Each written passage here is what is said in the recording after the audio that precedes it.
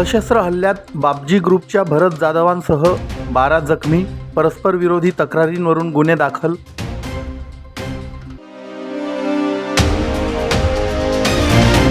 बनावट टँगो पंच दारूचा कारखाना उद्ध्वस्त, शिरपूर पोलिसांची कारवाई, 3 लाखांचा मुद्देमाल जप्त.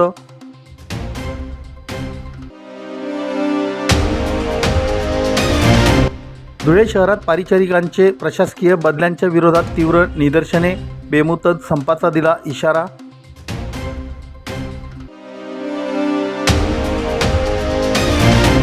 आणि चोरी गहाळ झालेले 118 मोबाईल राज्यासह गुजरात व इतर राज्यातून हस्तगत, पोलिसांची कामगिरी. धुळे शहरातील अनवर नाला परिसरात बुधवार दिनांक 20 मे रोजी सायंकाळी पूर्ववैमनस्यातून 2 गटात धुमसचक्री उडाली. लोखंडी रॉड तलवारीच्या हल्ल्यात बापजी ग्रुपच्या भरत जाधवांसह 10 ते 12 जण जखमी झाले आहेत.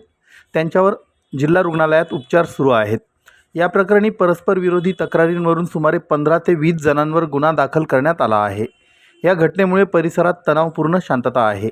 मिळालेल्या प्राथमिक माहितीनुसार अनवर नाला परिसरात बुधवारी सायंकाळी 7 वाजेच्या सुमारास 2 शेजाऱ्यांमध्ये जोरदार भांडण सुरू होतं. या भांडणाचा आवाज ऐकून परिसरातील सामाजिक कार्यकर्ते बापजी ग्रुपचे भरतप्पा जाधव हे वाद मिटविण्यासाठी आणि मध्यस्थी करण्यासाठी घटनास्थळी धावून गेले.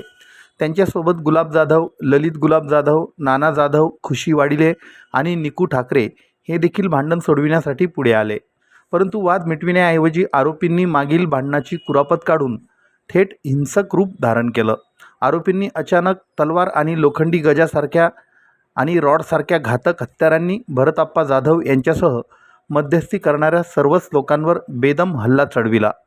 भर रस्त्यात धारदार शस्त्रे चमकल्याने परिसरात प्रचंड खळबळ उडाली आणि नागरिकांची पळापळ झाली. या प्राणघातक हल्ल्यात भरतप्पा जाधव यांच्यासह गुलाब जाधव, ललित गुलाब जाधव, नाना जाधव, खुशी वाडिले, निकू ठाकरे हे जखमी झाले. स्थानिक नागरिकांनी जखमींना तातडीने हिरे वैद्यकीय महाविद्यालयात उपचारांसाठी दाखल केलं. सध्या सर्व जखमींवर उपचार सुरू आहेत. दरम्यान परस्पर विरोधी गटांकडून देखील फिर्याद दाखल करण्यात आली आहे. घटनेची माहिती मिळताच उपविभागीय पोलीस अधिकारी राजकुमार उपासे, धुळे शहर पोलीस ठाण्याचे निरीक्षक दीपक पाटील, मोहाडी पोलीस ठाण्याचे निरीक्षक शिल्पा पाटील यांच्यासह पथकाने तातडीने घटनास्थळी धाव घेत परिस्थिती नियंत्रणात आणली. भर रस्त्यात तलवारी आणि रॉडने झालेल्या या थेट हल्ल्यामुळे अनवर नाला परिसरात सध्या भीती आणि तणावाचं वातावरण आहे. घटना घडली तेव्हा घटनास्थळी व रुग्णालयात मोठी गर्दी झाली होती. अनवर नाला आणि हे ना भवन किशोर आणि त्यांना पोरे आणि अजून 10-12 जण बाहेर नाला होतात त्यातनी. आणि मवाडी पोलीस स्टेशन त्यांना किसामाय 12-13 लाख रुपये दिले त्यांनी, शिल्पा मॅडम. आणि अजून त्या पोलिस कोण त्यातले बी गांजा, चरस, अफीन, गोल्या, गर्दबी तस त्यासाठी तरी त्यातलं कोणी काही करत नाही. आणि मवाडी पोलीस स्टेशन सांगतच त्या आमना किसामा आहे आणि शासन परे शासन रामबधाने हवी आमना ते म्हणे आमले कोणाच धाक नाही आहे म्हणे. असं म्हणेन मला डोका तलवार टाकी तिने रॉड टाका आणि कंबर माबी रॉड टाका तेचली दंडावरी. कारण काहीच नाही होता त्यातली. पहिले तथा वस्तीवर जायचं नाही, बाईले त्यांना परिवारले बी गाय देण्यात त्यातले बी मार. मी आवराले जाऊ तर त्यातली माले बी मार आणि म्हणा 2 म्हणा पोऱ्या म्हणा भाऊ येतले बी मार त्यातली बिना अन्यायनं मार. त्यातून मला सांगतात तुमले थोडी टाकतो तुमले गावना बाहेर आखले देतो असं सांगतच त्या. म्हणजे या मंत्री पुढारीच ना त्यातले सपोर्ट आहे त्यामुळं करतात त्या सांगतात तर बुवा तुमले गावना बाहेर आखले देतो म्हणा भाऊ म्हणा पोरे.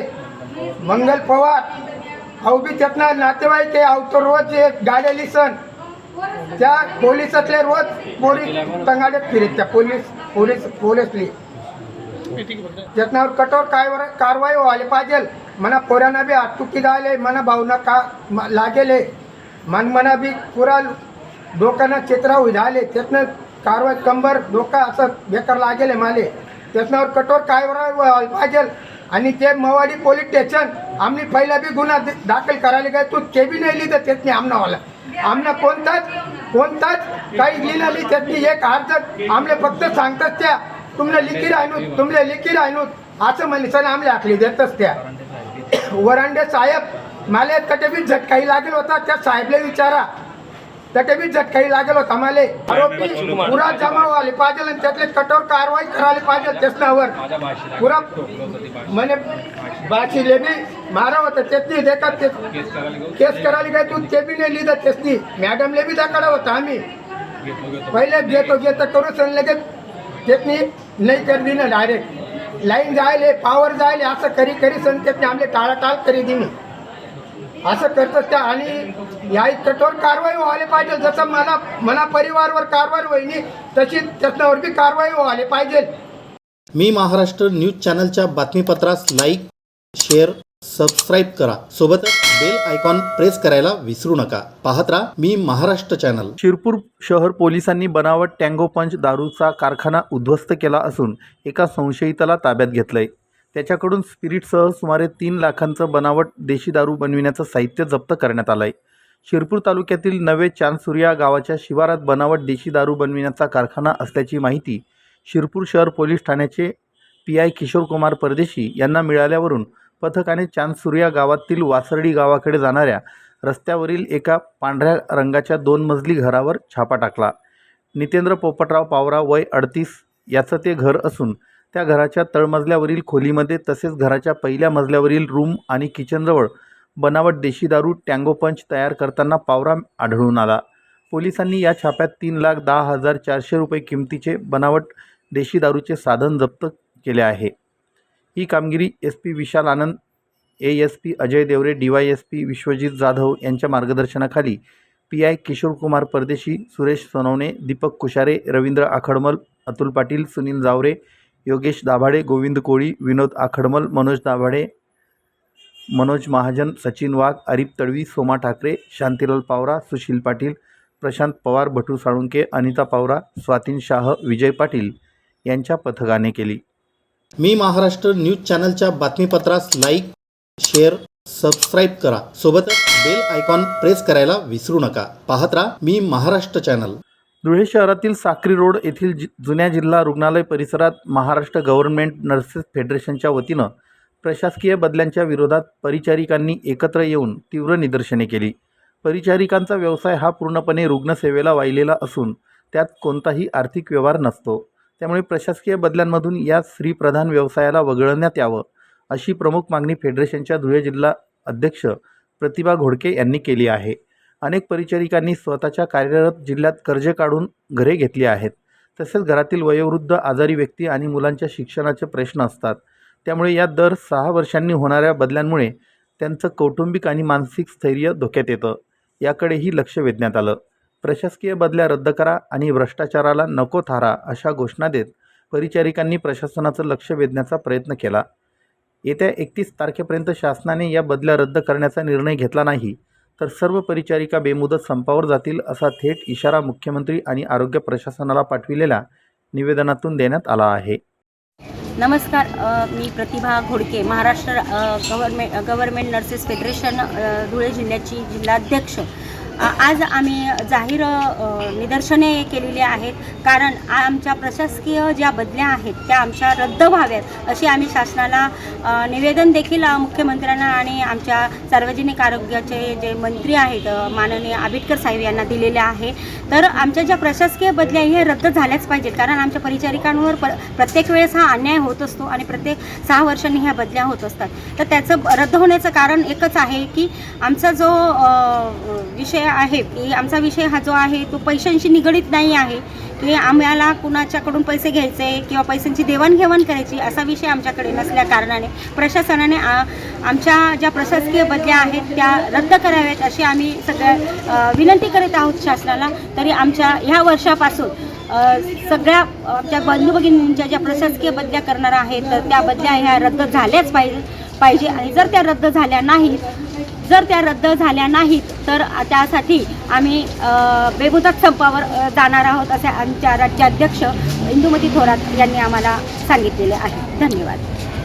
मी महाराष्ट्र न्यूज चॅनलच्या बातमीपत्रास लाईक, शेअर, सबस्क्राईब करा. सोबतच बेल आयकॉन प्रेस करायला विसरू नका. पाहत राहा मी महाराष्ट्र चॅनल. धुळे जिल्हा पोलीस दलाने स्मार्ट कामगिरी केली आहे. चोरी गहाळ झालेले 118 मोबाईल राज्यासह गुजरात आणि इतर राज्यातून हस्तगत करण्यात आलेत. धुळे जिल्ह्यातून विविध पोलीस ठाण्याच्या हद्दीमध्ये मोबाईल चोरी आणि गहाळ झाल्याच्या तक्रारी नोंदविण्यात आल्या होत्या. या तक्रारींच्या अनुषंगाने पोलीस अधीक्षक विशाल आनंद यांनी तपासाचे आदेश दिले. सेंट्रल इक्विपमेंट आयडेंटिटी रजिस्ट्रेशनच्या माध्यमातून सायबर धुळे शहर, देवपूर, धुळे तालुका, साक्री पोलिसांनी 118 मोबाईल हस्तगत केले. गुजरात, तमिळनाडू, केरळ, मध्य प्रदेश, जळगाव, नंदुरबार, नाशिक, मुंबई, ठाणे येथून हे स्मार्टफोन हस्तगत करण्यात आले आहेत. सायबर पोलिसांनी 35, धुळे शहर पोलिसांनी 35, देवपूर पोलिसांनी 32, धुळे तालुका पोलिसांनी 10 तर साक्री पोलिसांनी 6 मोबाईल हस्तगत केले आहेत.